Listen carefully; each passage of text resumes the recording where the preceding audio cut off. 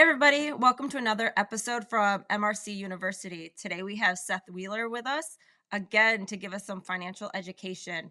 Today it's on investing. Is it risky? Is it not risky? Follow along so that you can find out. But before we get started, don't forget to hit like and subscribe so you never miss an episode. It's great joining you today.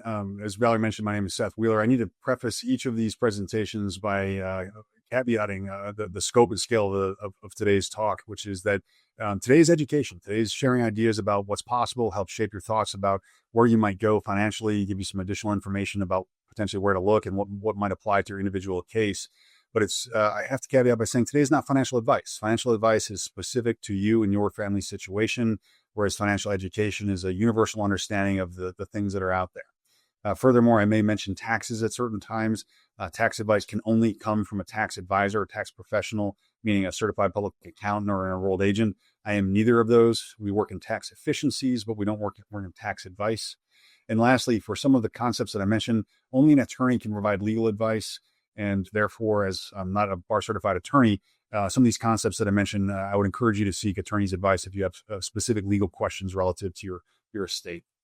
So let's talk about those who are either in retirement or approaching retirement. Financial education about some things to consider. There's even in the professional management space, there are some things that seem elusive that aren't as widely known that I think as many people should know. But let's start from the top. Let's talk about ages that you might start accessing what we call the right amounts from the right accounts and ways to think about your retirement investments. Okay. First, we have different what we call buckets of money. We've got maybe a thrift savings plan bucket that we put money in while we were active duty. Those dollars are oftentimes pre-tax, very similar to a pre-tax 401k for those who have transitioned to the private sector and might have a TSP from service, and then also have a 401k. In many cases, those are pre-tax, meaning that the year that you put the money into those retirement accounts, you reduced your income taxes, but promised the IRS that later in life, ideally when you're making less money each year, stopped working, for example, and you take that money out, you'll then pay less income taxes in the future. Many of those plans have what's called a Roth option or a post-tax option. They mean the same thing. Depending on who your 401k or TSP provider is, you'll see either Roth or post-tax. It means the same thing. It means that you've told the government during the year of contributions that I've already paid taxes during the year of that contribution. Therefore, when I take that money out, I don't want you to tax it because I already paid those taxes. It's important to know that in any Roth investment account that the growth of your dollars are also non-taxable. So when we look at a TSP, for those who are doing Roth or post-tax contributions to your TSP, and let's just say your total contributions are $10,000, if that Roth portion has grown to $20,000, when you eventually take that out, as of current law this year, that additional growth of $10,000 is not subject to income tax.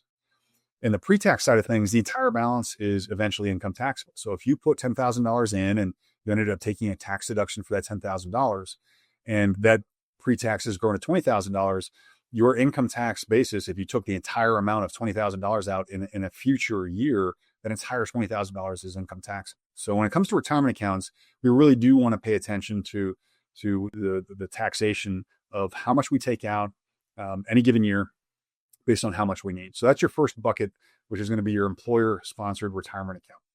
The next bucket of money are what we call regular investments. These are investments that might be in a regular investment account, meaning not a retirement account, that ideally we've invested some amount of money to grow our wealth with fewer tax advantages throughout our lifetimes than our retirement accounts. And ideally we beat inflation with our investments. And when we're looking at growing our wealth in our working years, we then want to consider when we stop working, the design of the portfolio. And what I mean by that is when we're trying to grow wealth, your portfolio can be very volatile. The value of your portfolio can go up and down significantly because you're accepting risk in your investments in hopes that you're able to grow your money more over time using compound interest and investing in diversified portfolios, but ideally to grow it as fast as you can in many cases. When we're eventually retired, the idea is that we don't want a whole lot of volatility in our entire portfolio, or at least a portion of it. And I'll talk about that in just a second. A lot of folks think that when we retire at age 60, 65, 70, whatever age we stop working, that our entire portfolio needs to be in a new retirement design. And the answer is maybe. I don't know. Everyone's circumstances are different, but I want you to think about it this way, that if we know conceptually that for the next 1 to 2 to 3 years that we're going to spend X amount per month, then maybe that segment of money, our known income for the next couple of years, is going to be in relatively stable investments. And sometimes it's going to be in cash, like literally in our checking or savings account, maybe for 6 or 8 months or a year, because we know we're going to use it and we don't want to take any risk that the stock market's going to be down, tens of percent when we want to take our money out. But then if you think beyond 3 to say 10 years, we know that we're going to take our money out in 3 to 10 years, but we don't necessarily want that in cash devaluing because of inflation over that next period of time. So your investment professional may share some ideas about, well, for that segment, let's invest a little bit of it and get some gains, but we don't want to invest as volatile with the returns as when we were younger and we really didn't want access to that money, that principal, that balance.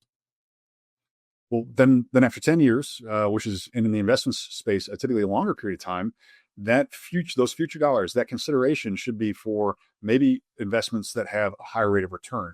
You've got 10 years with which to navigate growing that money, accepting the volatility for just that section of the account, and allowing it to grow for you, therefore putting yourself at less financial risk for your future years, 10, 20, 30 years from now, after you've stopped working, but you're comfortable knowing that for the next couple of years, you've got the money that you need. Lastly, we want to talk about penalties for withdrawal. Most of our employer and personal retirement accounts, we don't want to take money out of those accounts until after age 59 and a half. As of 2025, that's when the IRS says that you need to be age 59 and a half to access those accounts. And if you don't, you're going to pay 10% penalty on money that you take out of there. And in some cases, you're going to pay income taxes and also a 10% penalty. Simply by waiting a little bit longer, you can avoid at least a 10% penalty. And then by changing how much you take out of your pre-tax accounts, you can reduce your income taxes or at least manage those a little bit better. So I want you to think about age 59 and a half. Here's the part where a lot of people don't know. It's called the age 55 rule. So a lot of folks will ask, well, I've got my TSP and I'm leaving service, or I've got my 401k and I'm leaving my employment with my company. Should I just roll that into my traditional IRA? And the answer is maybe. I don't know. But what I will tell you, though, is that if you leave service, and even in the private sector, they call it termination of service, just like leaving the military, there's what's called an age 55 rule that says that if you leave your employment at age 55, you can take money out of your retirement accounts, specifically the pre-tax employer-sponsored accounts, TSP, 401k, not your traditional IRA, not your personal Roth IRA, but your employer accounts, without paying a 10% penalty. So for folks who are leaving employment at age 55, the question you want to ask your professional is, should I roll my 401k or my TSP into my personal account so I can manage it? Well, if you do that, then now you have to wait until age 59 and a half. Otherwise, you pay penalties on what was an employer plan that you've now made a personal plan, and that age 55 no longer applies to you. So if you're thinking about, well, what do I do with old 401ks? Like I currently have an employer, for example, I'm 50 years old, for example, I've got a TSP from 20 years ago, I've got a 401k, I'm not sure how long it'll work. Generally speaking, what we want to think about is taking the previous employer's retirement plans and consolidating those inside our current employer's retirement plan. So it's all in one retirement plan, because you have to be working for that company when you leave the company at age 55 in order to qualify for the age 55 distribution. You can't do that for previous employer plans where you're no longer working. It doesn't apply. So I know this was somewhat a little bit more of an advanced way of thinking, but the biggest takeaway is I want you to think about asking about the age 55 rule for accessing your employer-sponsored retirement plans, rather than artificially delaying your ability to access those funds without penalties for an additional 4.5 to 5 years. It's been a pleasure to speak with you today. Hopefully this has been educational. As always, thank you for watching. Please like, subscribe, and share with your veteran friends and family.